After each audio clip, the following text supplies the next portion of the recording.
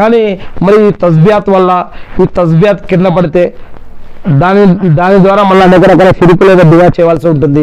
ఈ తస్బియాత్కి మళ్ళీ అల్లా అల్లా అని చదివి సుబ్హానల్లాహ్ అల్హమ్దులిల్లాహ్ అక్బర్ అని చదివి దీన్ని ఒక దగ్గర తగిలేయటము, ఒక దగ్గర జోలో పెట్టుకోవటము, మళ్ళీ దాన్ని తీసుకొని బాత్రూంలోకి వెళ్ళటం కానీ ఇంకా వేరే ప్రదేశాల్లోకి వెళ్ళటం కానీ ఇలా కొంతమంది చేస్తూ ఉంటారు. ఒక్కసారి ఆలోచించండి, ఇక్కడ ప్రవక్త ముహమ్మద్ సల్లం గారు చూపించిన పద్ధతి సరైనదా లేదా మనం చూసుకుంటున్న పద్ధతి సరైనదా ఒకటి గమనించండి అంతే. ఇక్కడ తస్బియాత్ని ప్రవక్త ముహమ్మద్ సల్లం గారు కుడి చేత వేళ్లతో చదివేవారు. దైవ ప్రవక్త ముహమ్మద్ సల్లం గారు తమ వేళ్లపై తస్బియాత్ను పఠించమని ఆజ్ఞాపించారు. ఎందుకంటే వీటిని ప్రశ్నించడం మరియు ఇవి సమాధానం ఇవ్వటం జరుగుతుందని కూడా చెప్పారు. అసలు తస్బియాత్ గురించి ఇంకో విషయం తెలుసా మీకు? ఒకసారి సహాబాలు ప్రవక్త ముహమ్మద్ సల్లం గారిని అడిగారు, ఏమని?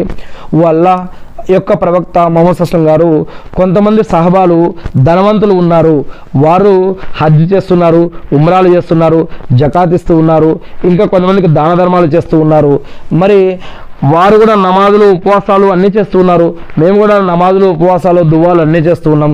కానీ వారి దగ్గర డబ్బు ఉండటం వల్ల, వారు ధనికులు అవటం వల్ల వారు హజ్ ఉమ్రాలు కానీ దాన ధర్మాలు కానీ సదకా ఖైరాతులు కానీ వారు ఎక్కువగా చేస్తున్నారు, మరి వారికి ఎక్కువ పుణ్యం లభిస్తుంది. మరి మేము పేదవారం కదా, మరి మా పరిస్థితి ఏమిటి అంటే ముహమ్మద్ సల్లం గారు ఏం చెప్పారంటే, మీరు నమాజు తర్వాత అక్కడే కొద్దిసేపు కూర్చొని మీరు సుబ్హానల్లాహ్ అల్హమ్దులిల్లాహ్ అల్లాహు అక్బర్ ఈ యొక్క తస్బియాత్ ఏదైతే ఉందో దీనిని ఇన్ని సార్లు చదవండి ఒక నెంబర్ చెప్పడం జరిగింది.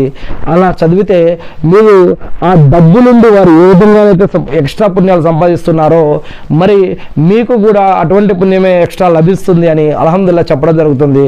ఇలా తస్బియాత్ కూడా చాలా విలువైనది అని మరి ఇలా చెప్పడం జరిగింది. ఇక రంజాన్ ఉపవాసాల తర్వాత ముఖ్యమైన ఉపవాసం ఏది? రంజాన్లో ఖచ్చితంగా అదే విలువైన ఉపవాసాలు. ప్రతి ముస్లిం జీవించి ఉన్నప్పుడు రంజాన్లో కనుక జీవించి ఉంటే వారు ఖచ్చితంగా ఉపవాసం పెట్టాలని, అనారోగ్యంతో ఉన్నవారు, ప్రయాణంలో ఉన్నవారు, ఇక ముసలితనం వల్ల ఇంకా మరణం తప్పదు అటువంటి పరిస్థితుల్లో ఉన్నవారు, ఇటువంటి వారు కాకుండా వీరికి వేరే వెసులుబాటు వేరే పద్ధతులు ఉన్నాయి.